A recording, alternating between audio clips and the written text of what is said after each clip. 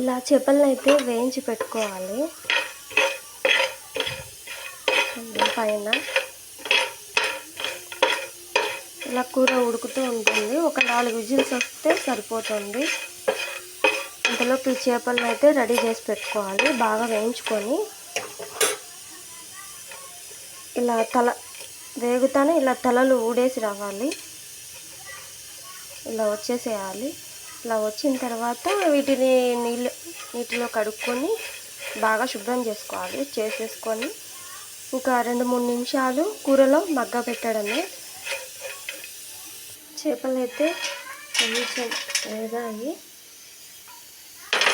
వీటి పైన తలలు తీసేసుకుంటే బాగుంటుంది కూర.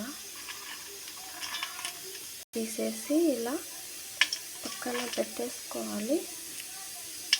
ఒకవేళ మీరు తినేటట్లయితే ఇవి కూడా వేసేసుకోవచ్చు. మేము తినాం కాబట్టి తీసేస్తున్నాను. వీటిని తీసేసి బాగా కడిగి శుభ్రం చేసి పెట్టుకోవాలి. ఇలా అన్నీ తీసేసుకున్నాను తలలు అయితే.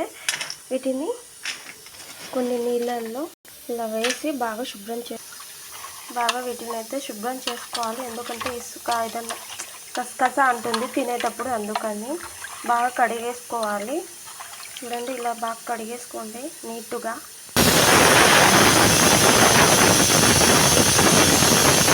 కడిగేసుకున్నాను కదా, బాగా ఇలా అంటే లోపల ఉన్నదంతా ఇసుక కానీ ఏదైనా కానీ పోతుంది. చూడండి, ఇప్పుడు దీనిని ఒక ప్లేట్లోకి తీసేసుకుందాము. చూడండి, బాగా కడిగేసుకొని ఒక ప్లేట్లోకి అయితే తీసేసుకున్నాను. ఎంత డస్ట్ ఉందో చూడండి. ఇలా బాగా కడిగేసుకోవాలి, లేదంటే కసకస అంటుంది తినేటప్పుడు, మర్చిపోకండి.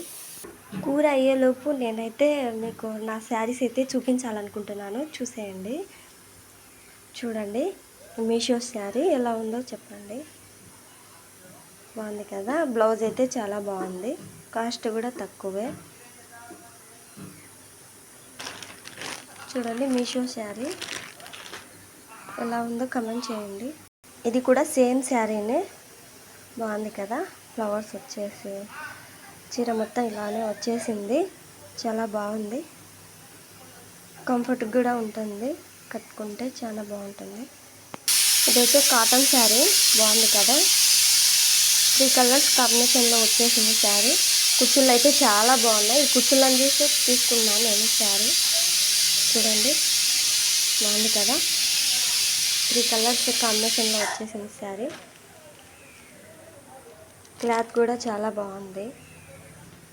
ఇది కూడా సేమ్ శారీనే, కాటన్ శారీనే. చూడండి, కుచ్చుళ్ళు ఎంత బాగా వచ్చాయో. కాటన్ శారీ బాగుంది కదా. సరే, అలాగైతే కూర అయితే చూపిస్తాను. తయారైపోయింది. ఇలా కూర అయితే ఉడికిపోయింది. వీటిలో చేపలను అయితే కడిగేసి పెట్టుకున్న చేపలను వేసేసుకోవాలి. వేస్తున్నాను. 2 నిమిషాలు మంట సిమ్లో పెట్టేసి మగ్గనివ్వాలి. తర్వాత కూర రెడీ అయిపోతుంది. బాగా ఉడుకుతూ ఉంది కదా కూర. అయితే మరి రెడీ అయిపోయింది, చూసేయండి.